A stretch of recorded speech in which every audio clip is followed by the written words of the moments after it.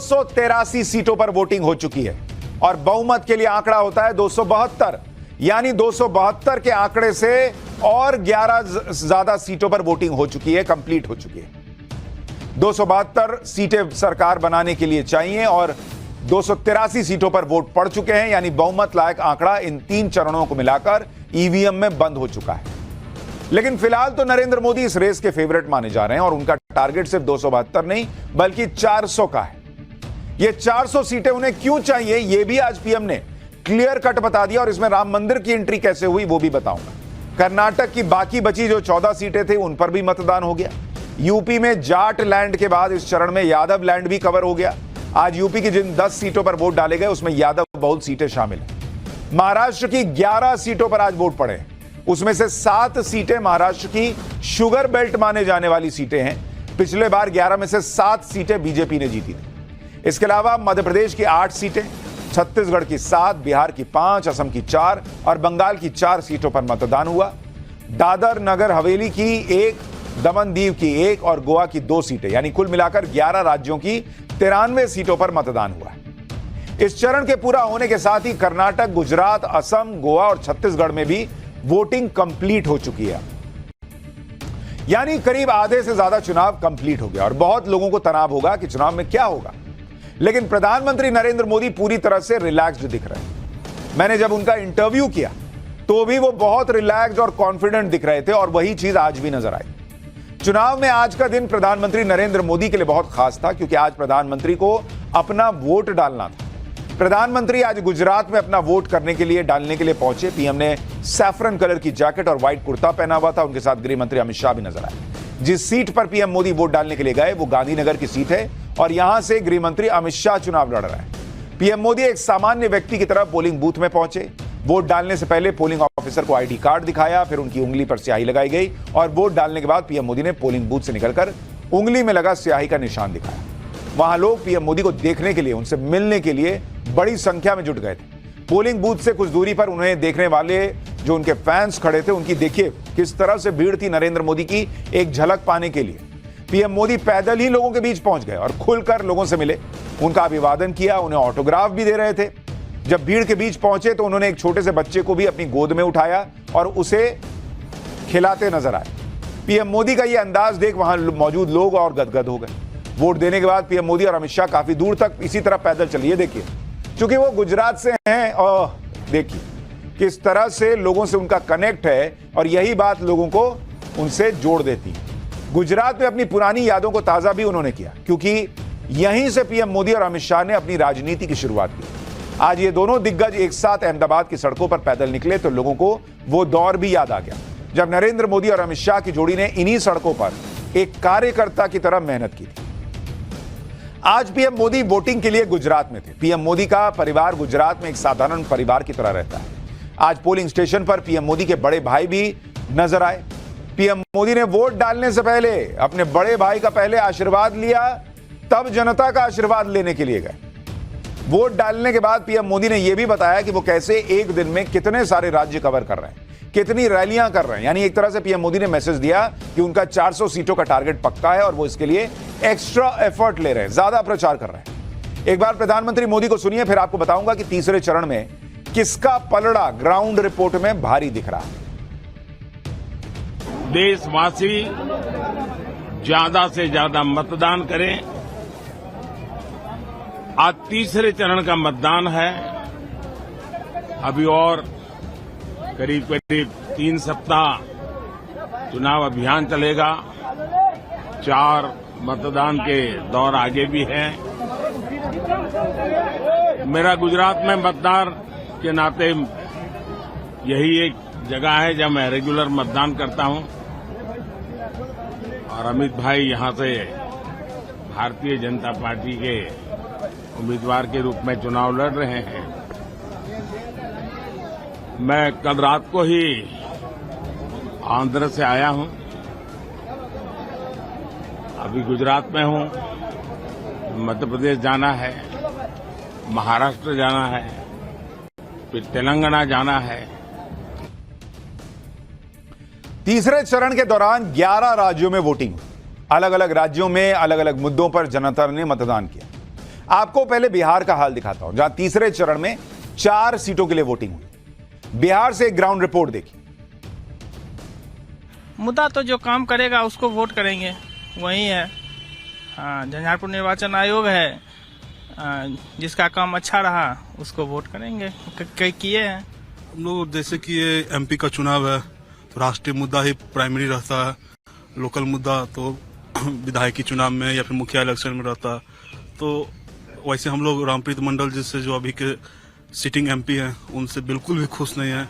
मजबूरी बस मोदी जी के नाम पे ही वोटिंग हुआ है। हम लोग सारे युवा जो हैं इस बार संकल्पित हैं बदलाव के लिए, क्योंकि हमने पिछला 10 वर्षों का कार्यकाल देखा है। जिस विश्वास के साथ हम लोगों ने मोदी जी को चुना था, उस विश्वास पे वो खड़े नहीं उतरे हैं। जो मुद्दा था हमारा विकास से है, जो कि हमारे माननीय प्रधानमंत्री जी के द्वारा इतने विशिष्ट कार्य किए गए हैं। खास करके हमारे तरफ जो रोड से लेके इलेक्ट्रिसिटी तक, और खास करके जो गरीब तबके से जो लोग आते हैं जिनको 5 लाख का जो आयुष्मान कार्ड। मोदी जी को किस तरह से देखते हैं?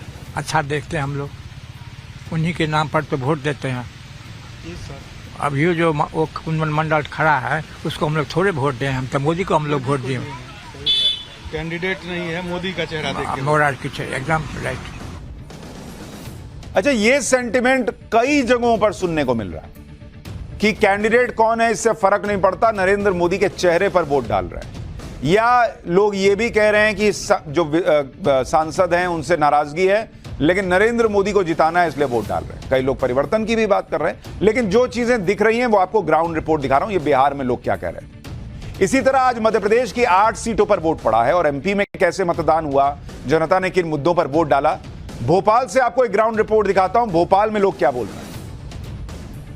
मतदान को लेकर लोगों का उत्साह देखते ही बन रहा है। राजधानी भोपाल में तो कम से कम वोटिंग प्रतिशत बेहतर है। अभी फिलहाल कई जगह पे कतारें लगी हुई हैं। जो देश की प्रगति करेगा वो उसको देना चाहिए वोट। नजर में प्रगति है नहीं, अभी 10 साल से ज्यादा हुई है। पहले से बहुत ज्यादा बदलाव हुआ है और एजुकेशन में स्पेशली हुआ है, लेकिन अभी और भी बहुत सारा बदलाव होना बाकी है। कि मोदी जी जब से आए काफी कुछ सुधार हुआ है और आगे भी उम्मीद करते हैं कि शायद और भी अच्छा सुधार होगा। डेवलपमेंट के मुद्दे हैं कि डेवलपमेंट अच्छा हो रहा है और आगे और अच्छा हो, बस यही चाहत रहेगी हमारी। तो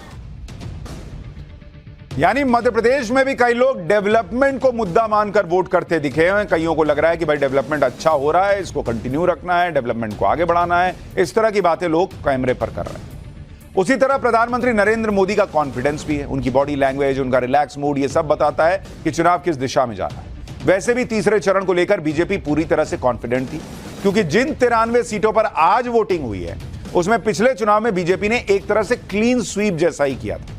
आज जिन सीटों पर वोटिंग हुई उनमें आपको 2019 का रिजल्ट बताता हूं। इन 93 सीटों पर 2019 में क्या हुआ था। तीसरे चरण की जो 93 सीटें हैं, 93 सीट, और इसका 2019 का रिजल्ट देखिए। 2019 में क्या हुआ था, इसमें बीजेपी ने 72 सीट जीती थी, 72 सीट, और कांग्रेस को मात्र 4 सीट आई थी, 4 सीट जीती। यह हाल था।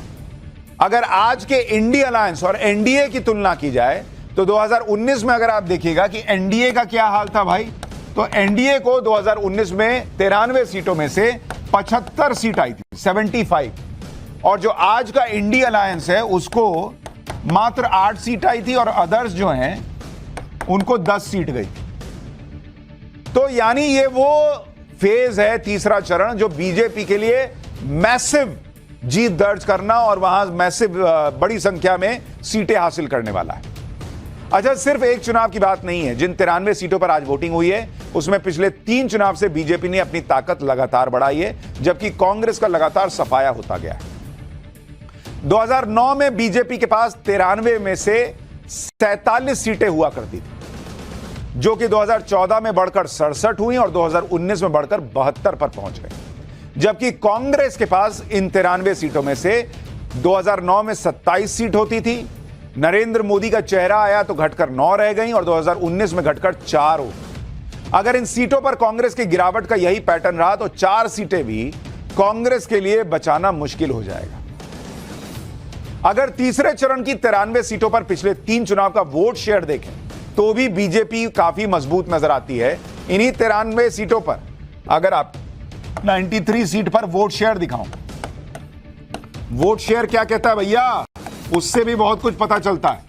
तो वोट शेयर अगर आप देखिएगा 2009 का, अगर आप देखिएगा 2009 में बीजेपी का वोट शेयर आपको बता रहा हूं, ये बीजेपी का वोट शेयर 32.46% था। 2014 में जब नरेंद्र मोदी के चेहरे पर चुनाव लड़ा गया तो ये 32 से 11% बढ़कर सीधा 43.09% पे पहुंच गया। और जब 2019 में 5 साल की एंटी इनकम्बेंसी थी, उसके बावजूद ये 3% और बढ़कर 46.91%, मतलब ऑलमोस्ट 47% पे पहुंच गया। ये बीजेपी ने गेन किया। और कांग्रेस का क्या हाल रहा भाई, कांग्रेस का भी आपको हाल दिखाता हूं। कांग्रेस 2009 में इन 93 सीटों पर करीब 34% वोट पाती थी, 33.63%। 2014 में आप देखिए कांग्रेस जो है वो घटकर 27% के आसपास आ गई, और 2019 में कांग्रेस घटकर करीब 25% पर आ गई। तो कांग्रेस लगातार गिर रही है और बीजेपी लगातार इन 93 सीटों पर बढ़ रही थी। और अभी भी लोग डेवलपमेंट की बात कर रहे हैं, तो किस तरफ जा रही हैं चीजें वो अंदाजा लगता है। बीजेपी किस तरह से तीसरे चरण की सीटों पर मजबूत है, उसका अंदाजा इसी बात से लगाइए कि ऐसी बहुत सीटें हैं जिन्हें एक बार नहीं, दो बार नहीं, 3 बार से बीजेपी जीत रही है। आपको आंकड़े बताता हूं। तीसरा चरण 93 सीटों का है, जिसमें लगातार 3 बार जो सीटें बीजेपी ने जीती हैं उनकी संख्या 42 है। ऐसी सीटें कांग्रेस के खाते में 1, सपा के खाते में 1 और एनसीपी के खाते में 2 रही। यानी 42 सीटें, 93 में से 42 सीटें बीजेपी 3 बार से जीत रही है। बीजेपी का सबसे बड़ा गढ़ तो गुजरात है। गुजरात की सभी 26 सीटों पर आज वोट पड़ गए। गुजरात में बीजेपी के लिए कोई चैलेंज ही नहीं है। वहां पर 1998 से बीजेपी की सरकार है। 2022 के विधानसभा चुनाव में गुजरात में बीजेपी ने इतनी सीटें जीत ली थी जो गुजरात के इतिहास में किसी पार्टी ने नहीं जीती। यानी गुजरात में एक तरफा मामला बताया जा रहा है। आज गुजरात में बड़े बड़े लोगों ने वोटिंग की। अमित शाह ने भी अपने परिवार के साथ वोट डाला। यूपी की राज्यपाल आनंदीबेन पटेल ने अहमदाबाद में वोटिंग की। क्रिकेटर रविंद्र जडेजा पहुंचे थे अपनी पत्नी के साथ वोट डालने के लिए। बीजेपी विधायक रेबाबा ने भी अपना वोट डाला। उद्योगपति गौतम अडानी ने भी अहमदाबाद में वोटिंग की है। गौतम अडानी ने भी अपने परिवार के साथ वोटिंग आज करते हुए वो नजर आए। गुजरात में लोकसभा की 26 सीटें हैं और 2 चुनाव से लगातार सभी सीटें यहां पर बीजेपी जीत रही है। इससे पहले भी गुजरात में ज्यादातर सीटें बीजेपी ही जीतती थी, लेकिन जब प्रधानमंत्री नरेंद्र मोदी का चेहरा रहा तो क्लीन स्वीप होता रहा। क्योंकि अगर आप देखेंगे गुजरात की 26 सीटों में 2009 में 15 बीजेपी जीती, लेकिन 14 और 19 में 26 की 26 सीटें बीजेपी के खाते में आ गई। जब इस तरह से प्रधानमंत्री नरेंद्र मोदी की लहर हो तो विपक्षी भी घबरा जाते हैं कि बॉस कुछ सीटें मिलेंगी या कुछ भी नहीं मिलेगा। क्योंकि 2014 और 19 की लहर में विपक्ष का इतना बुरा हाल हो गया था कि विपक्ष के बड़े बड़े नेता अपना गढ़ नहीं बचा पाए। तीसरे चरण में भी विपक्ष के बड़े गढ़ दांव पर हैं। इनमें खास तौर पर यूपी में अखिलेश यादव और उनके परिवार का गढ़ शामिल है, क्योंकि तीसरे चरण में उन्हीं के इलाके में वोटिंग हुई है। अखिलेश यादव ने तो तीसरे चरण में पूरी ताकत लगा दी। आज अखिलेश यादव ने भी अपना वोट डाला। उनकी पत्नी डिंपल यादव ने भी वोट कास्ट किया। दोनों ने सैफई में मताधिकार का प्रयोग किया। तीसरे चरण में अखिलेश के परिवार के 3 लोगों की सीटें थीं। इनमें मैनपुरी से डिंपल यादव थी, अखिलेश यादव की पत्नी है। बदायूं से आदित्य यादव थे जो शिवपाल यादव के बेटे हैं, और फिरोजाबाद से अक्षय यादव जो रामगोपाल यादव के बेटे हैं। इन तीनों के लिए आज वोट पड़े। तीसरे चरण की वोटिंग में यूपी में कुछ बवाल भी हुआ। जैसे यूपी में कुछ सीटों पर समाजवादी पार्टी ने आरोप लगाया कि मुस्लिम वोटर्स को वोट डालने से रोका जा रहा है। समाजवादी पार्टी ने आरोप लगाया कि आगरा कैंट में बूथ नंबर 319 पर पुलिस मुस्लिम मतदाताओं को धमकाकर वोट डालने से रोक रही है। इसी तरह से समाजवादी पार्टी ने आंवला में भी वोटिंग में गड़बड़ी का आरोप लगा दिया। समाजवादी पार्टी ने लिखा कि आंवला के फरीदपुर में बूथ नंबर 195 पर मुस्लिम मतदाताओं को पुलिस परेशान कर रही है। समाजवादी पार्टी आरोप तो लगा रही है, लेकिन समाजवादी पार्टी के ही नेता भी हंगामा कर रहे हैं। आप संभल की तस्वीर देखिए। संभल में समाजवादी पार्टी के प्रत्याशी जियाउर रहमान और पुलिस में काफी देर तीखी कहासुनी हुई। समाजवादी पार्टी के कैंडिडेट जियाउर रहमान की गाड़ी में 4 लोग सवार थे और वो वोटिंग का जायजा ले रहे थे। इस बात को लेकर पुलिस ने आपत्ति दर्ज कराई। पुलिस का कहना था कि बिना अनुमति ये सभी लोग बूथ पर घूम रहे। काफी देर तक हंगामे का माहौल बना रहा। संभल में मतदान शांति के साथ हो गया हो और फर्जी वोटिंग न होने पाए, इसको लेकर पुलिस भी सख्त दिखी। पुलिस अधिकारियों ने लोगों को बुलाकर समझाया भी कि जिनका वोट है वो बिना डरे वोट डालें, लेकिन अगर किसी ने फर्जी वोटिंग करने की कोशिश की तो उनके खिलाफ कड़ी कार्रवाई की जाएगी। सुनिए एक बार। 7 तारीख का मतदान है तो आप अपना वोट डालें, उसके लिए हम तुम्हें नहीं कह रहे, पर ये फर्जी जो तुमने किया, जो और फर्जी डालना चाह रहे हैं, जो कुछ पहले दिन से आके यहाँ रुक जाते हैं वोट डालेंगे, तो उन्हें बता देना कि इस बार सख्त कार्रवाई होगी। कोई भी ऐसे नहीं छूटेगा, कोई वोट डाल देगा फर्जी। समझ आई बात? मुस्लिम वोटर्स को लेकर इतना बवाल और हंगामा इसलिए हुआ क्योंकि तीसरे चरण की कई सीटों पर मुस्लिम वोटर्स का बड़ा प्रभाव है। जैसे जिस संभल की बात कर रहा हूं, वहां करीब 9 लाख मुस्लिम वोटर्स हैं। बदायूं में 3.5 लाख मुस्लिम वोटर्स हैं। आंवला में करीब 3.5 लाख। आगरा में मुस्लिम वोटर्स 2.25 लाख के करीब है। बरेली में 6,65,000। फतेहपुर सीकरी में 1 लाख से ज्यादा मुस्लिम वोटर्स हैं।